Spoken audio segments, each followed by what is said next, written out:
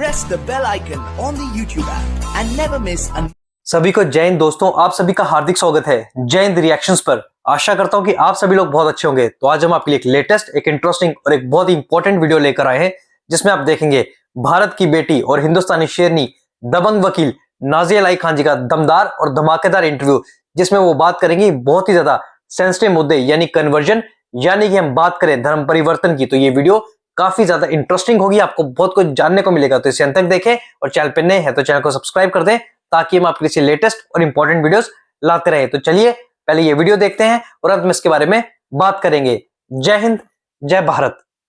और मुझे लगता है कि इस पर उत्तर प्रदेश की सरकार को सख्त से सख्त कानून की प्रक्रिया करनी चाहिए थी। हालांकि 3 साल पहले ही ये बात सामने आ चुकी थी कि 300 मदरसों के साथ साथ दारुल उलूम भी अवैध और इलीगल साबित हो चुका था डॉक्यूमेंट्स के द्वारा।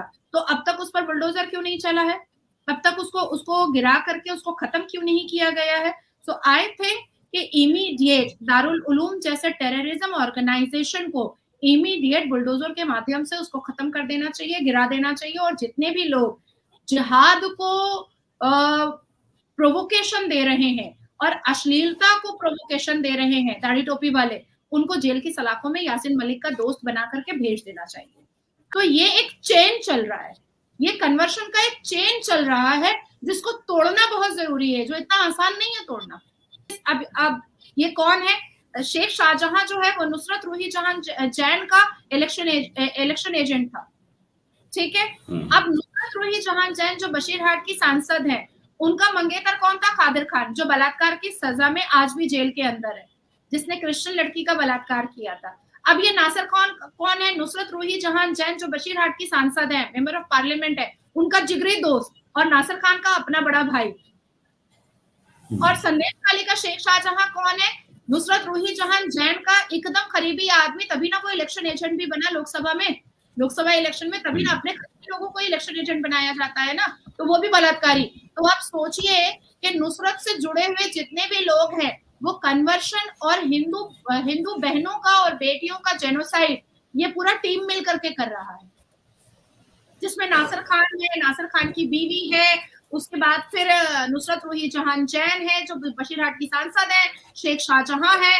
ये सारे लोग मिल करके एक टीम बना करके हिंदू बेटियों का, हिंदू बहनों का जेनोसाइड कर रहे हैं। बोले हसन साहब, क्या इन्होंने, ये तो खुद एमपी है ना, इन्होंने तो कॉन्स्टिट्यूशन की ओथ ली है ना, उसके बाद ऐसी चीज बोल सकते हैं ये?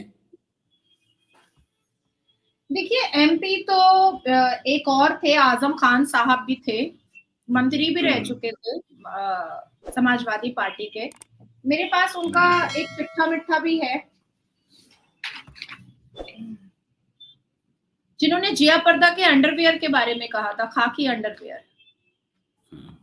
एमपी तो राहुल बाबा भी हैं, जो हर वक्त ऐश्वर्या राय को मलाइन करते रहते हैं, पर समाजवादी पार्टी से ही आई हुई जिया पर्दा जी, जिया बच्चन जी, जो हर चीजों पर अपना तेवर दिखा करके बात करती हैं और पूरे भारत के लोगों से घिन करती हैं। उनका ऑरा देखिएगा, उनको सबसे घिन आती है, सबसे वो बहुत घिन कराहियत करती हैं, सब गंदे हैं उनकी नजरों में। पर उन्होंने अपनी बहू रानी के इज्जत के बारे में कुछ भी नहीं बोला, स्मृति ईरानी जी को बोलना पड़ा। एक और नया टपका है हसन, जिसने आज रिपील जो डिवोर्स और मैरिज को किया गया है, और यूसीसी की पहली चिराग जलाई गई है आसाम में। और आसाम में जो चीफ मिनिस्टर हैं वो योगी जी 2.0 है, अश्वनी जी। तो मुझे ऐसा लगता है कि बहुत जबरदस्त काम किया गया है, क्योंकि मुस्लिम इस्लाम धर्म के अंदर निकाह मस्यार है, निकाह मुत्ता है, निकाह ज़वाज है, बहुत सारी चीजें हैं। और टेम्पररी सेक्सुअल एंजॉयमेंट का बहुत सारा तरीका है इस्लाम के अंदर, टेम्पररी। जैसे निकाह मुत्ता क्या है? निकाह मुत्ता is a short period of marriage for sexual desire things, जो निकाह मुत्ता का डेफिनेशन है। निकाह मस्यार क्या है? ट्रैवल के दौरान, सफर के दौरान अगर आपको सेक्सुअल डिजायर्स आ गए हैं तो आप निकाह कर लीजिए, सफर खत्म, निकाह खत्म। अच्छा, निकाह का मायने ही क्या है? निकाह का मायने ही है contract marriage, sexual relationship between two couples, ये निकाह का मायने ही है। अरबिक में निकाह और नॉर्मल लैंग्वेज में उसको उसकी मीनिंग जो होती है वो कॉन्ट्रैक्ट मैरिज होती है, जो दो कपल के बीच में सेक्सुअल रिलेशनशिप बन सके, बस यही है।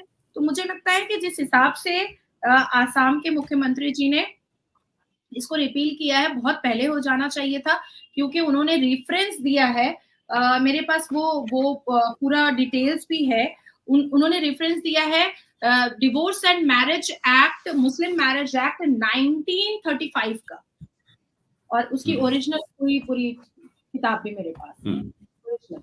तो इसमें आप जब पढ़िएगा ना, Assam act 9 of 1935, the Assam Muslim marriage and divorce registration act 1935, ये पूरा का पूरा शरिया लिख दिया गया है, पूरा का पूरा। मतलब जहां पर भी आप देखिएगा वही निकाह मस्यार है, निकाह मुत्ता है, फलाना है, ढमाका है, तो ऐसी सारी चीजें हैं जो अश्लीलता का बाजार है, जो बेहूदगी बदचलनी का बाजार है, जो बदतमीजी का बाजार है। और क्योंकि हम सबको पता है कि इस्लाम में मर्दों के सेक्सुअल, मुस्लिम मर्दों के सेक्सुअल डिजायर्स को बहुत इम्पोर्टेंट वैल्यूबल जगह दी गई है, और औरतों को सेक्सुअल टॉय बनाया गया है। तो मुझे लगता है कि मुसलमान बेटियां और मुसलमान महिलाओं के लिए ये जितने भी चीजें आ रही हैं वो उनके लिए बहुत लाभदायक है, उनके लिए बहुत अच्छा है। सो कॉन्ग्रेचुलेशन, जितनी भी आसाम में रहने वाली मुसलमान बेटियां हैं, मुसलमान लड़कियां हैं, उनके लिए बहुत बहुत बधाई कि आसाम के मुख्यमंत्री ने इतना बड़ा स्टेप लिया है। इससे पहले हमने उत्तराखंड में सुन ही लिया था यूसीसी, और इसके बाद फिर अब एक चिराग जल चुका है। तो मुझे लगता है कि बहुत जल्द आसाम में भी यूसीसी जो है वो इम्प्लीमेंट हो जाएगा। इसके बाद उत्तर प्रदेश में होना ही होना है, लेकिन उन राज्यों में जहां पर नहीं हो पा रहा है वहां पर हमारी जिम्मेदारी बड़ी रहती है, हमारी मुस्लिम बहनों को और हमारी मुस्लिम बेटियों को बचाने के लिए, क्योंकि इस्लाम जो है, इस्लाम में मर्दों के लिए बहुत ज्यादा सेक्सुअल डिजायर्स को महत्व दिया गया है। अब मैं आपसे बात कर लेती हूँ देवबंद जमात के जो अरशद मदनी साहब और अशरफ उस्मानी साहब, जो हमेशा बहुत ज्यादा अपने फतवे की वजह से टीआरपी में बने रहते हैं। 1.5 साल पहले एक और फतवा जारी किया था दारुल उलूम ने, जिसमें था कि बाप बेटी एक साथ एक घर में ना रहे, भाई बहन एक साथ एक घर में ना रहे, नहीं तो भाई बहन की छत्ती खोल देगा और बाप जो है वो बेटी का पजामा खोल देगा। क्योंकि मुसलमान मर्दों का नफ्स बहुत कमजोर होता है, वो 8 साल की बेटी भी बाप अगर देखता है तो उसका दिल जो है वो सुरबुराने लगता है कि कैसे इसका पजामा उतारे, और भाई जो है वो बहन की चड्डी उतारने के लिए बहुत परेशान हो जाता है। ये मैं नहीं बोल रही, ये दारुल उलूम का कहना है कि, और इस्लाम में शरिया का भी कहना है कि भाई और बहन एक घर में अकेले ना रहें, बाप और बेटी एक घर में अकेले ना रहें। उसके बाद फिर 1 साल पहले दारुल उलूम ने फतवा जारी किया था कि भाई बहन, बाप बेटी, मियाँ बीवी एक साथ बैठ करके एक दस्तरखान में खाए ना, या किसी फेस्टिवल में या किसी इनविटेशन में जाए ना, अलग अलग जाए। ये भी दारुल उलूम का फतवा है। उससे पहले 2 साल पहले आप देखिएगा तो अशरफ उस्मानी का एक न्यूज भी बहुत वायरल हुआ था। उनका वेबसाइट बैन कर दिया गया था दारुल उलूम का 2 साल पहले, जिसमें भारत के सर्वोच्च न्यायपालिका ने भी इंटरवीन किया था, और सर्वोच्च न्यायपालिका के हिसाब से और कानून के हिसाब से ये बात बताई गई थी कि इनके फतवा की वजह से बहुत ज्यादा प्रोवोकेटिव और हेट्रेड चीजें स्प्रेड करती हैं। तो अशरफ उस्मानी ने बैठ करके मीडिया को कहा था कि हम तो सिर्फ सजेशन देते हैं, हम तो सिर्फ, लोग सजेशन मांगते हैं, हम दे देते हैं। लोगों ने सजेशन मांगा कि क्या अकेले घर में रहने से बहन की चड्डी उतार देगा भाई, तो उन्होंने कह दिया कि हाँ उतार सकता है, इसलिए अकेले घर पे भाई बहन ना रहे। अशरफ उस्मानी जी के हिसाब से अगर बाप बेटी अकेले घर में रहेगा तो बेटी का सलवार उतार देगा बाप, तो उन्होंने कहा हाँ उतार सकता है, इसलिए बाप बेटी अकेले घर में ना रहे। तो उसी तरीके से किसी ने पूछा कि गज़वाए हिंद इस्लाम में है, तो उन्होंने कहा कि हाँ इस्लाम में है, तो सिर्फ पाकिस्तान का लाल टोपी वाला या बिल्लो रानी या बेनजीर भुट्टो या यासीन मलिक या उसामा बिन लादेन या अजमल कसब या लश्कर-ए-तैयबा या अजमुल मुजाहिदीन, ऐसे लोग या पाकिस्तान के चुन्नू मुन्नू जो बंदर छाप चलते फिरते रहते हैं, जो रिएक्शंस देते रहते हैं, सिर्फ ऐसे लोग गजवाए हिंद नहीं चाहते हैं। 2016 से मैं इस बात को बोल रही हूँ कि भारत में रह रहे दाढ़ी टोपी लुंगी वाले भी गजवाए हिंद चाहते हैं और वो अपनी मुमकिन पूरी कोशिश में लगे हुए हैं कि 2047 तक वो लोग यहाँ पर गजवाए हिंद करें। ये उनका टारगेट है, ये उनका टारगेट है। अब ऐसे में नेशनल चाइल्ड जो प्रोटेक्शन एक्ट का जो कमीशन है वो सामने आए हैं और उन्होंने कहा है कि भाई ये तो बच्चों को आप गलत पढ़ा रहे हैं, ये तो बच्चों को आप गलत सिखा रहे हैं।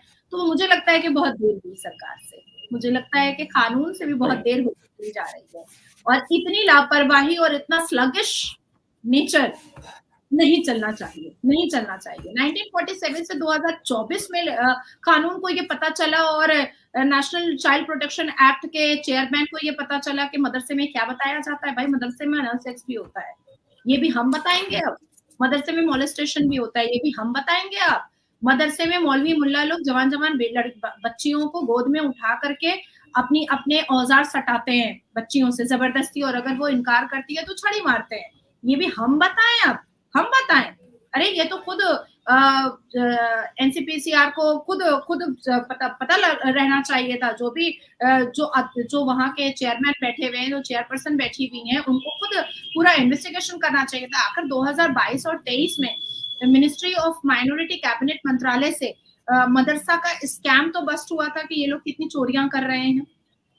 क्या आप सरकार का काम देश की उन्नति और डेवलपमेंट के साथ साथ मुल्ला और मौलवी बनाना भी है, जो अश्लीलता का बाजार खोल करके बैठते हैं, जो मदरसे के अंदर बच्चों को ये बताते हैं कि नॉन मुस्लिम्स का गला कैसे काटा जाएगा, कैसे चर्च और मंदिरें तोड़ी जाएंगी। इन सब चीजों का पैसा सरकार, कांग्रेस की सरकार दे रही थी, समझ में आ रहा था। पर भारतीय जनता पार्टी की सरकार को क्या ऐसे टेररिस्ट की जरूरत है?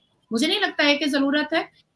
और मुझे लगता है कि इस पर उत्तर प्रदेश की सरकार को सख्त से सख्त कानून की प्रक्रिया करनी चाहिए थी। हालांकि 3 साल पहले ही ये बात सामने आ चुकी थी कि 300 मदरसों के साथ साथ दारुल उलूम भी अवैध और इलीगल साबित हो चुका था डॉक्यूमेंट्स के द्वारा। तो अब तक उस पर बुलडोजर क्यों नहीं चला है? अब तक उसको गिरा करके उसको खत्म क्यों नहीं किया गया है? सो आई थिंक कि इमीडिएट दारुल उलूम जैसे टेररिज्म ऑर्गेनाइजेशन को इमीडिएट बुलडोजर के माध्यम से उसको खत्म कर देना चाहिए, गिरा देना चाहिए। और जितने भी लोग जिहाद को प्रोवोकेशन दे रहे हैं और अश्लीलता को प्रोवोकेशन दे रहे हैं दाढ़ी टोपी वाले, उनको जेल की सलाखों में यासिन मलिक का दोस्त बना करके भेज देना चाहिए।